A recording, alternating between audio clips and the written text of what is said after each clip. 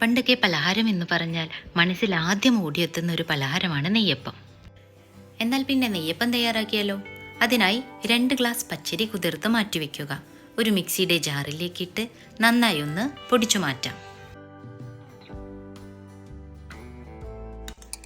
ഈ പൊടിയിലേക്ക് മധുരത്തിനായി 8 വെള്ളം ഉരുക്കിയ പാവും കുറച്ചായി പൊടിയിലേക്ക് ഒഴിച്ച് മിക്സ് ചെയ്ത് കൊടുക്കാം.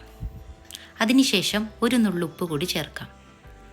1 സ്പൂൺ എള്ളും കൂടി ചേർത്ത് നന്നായി ഒന്ന് ഇളക്കി 4 മണിക്കൂർ റെസ്റ്റ് ചെയ്യാൻ വയ്ക്കാം. 4 മണിക്കൂറിന് ശേഷം ഒരു ചട്ടിയിലേക്ക് വെളിച്ചെണ്ണയും ആവശ്യത്തിന് നെയ്യും ഒഴിച്ച് നന്നായി ചൂടാക്കാം.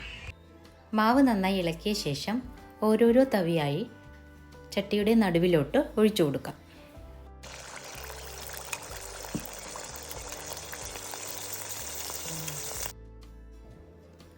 നെയ്യപ്പം പതുക്കെ ഒന്ന് പൊന്തി വരുന്നതായിട്ട് കാണാം.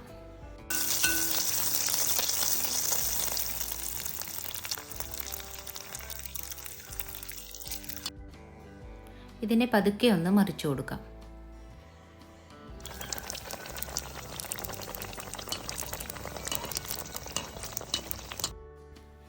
മീഡിയം ഫ്ലെയിമിൽ വെച്ച് അങ്ങനെ ഓരോരോ നെയ്യപ്പമായി ചുട്ടെടുക്കാം.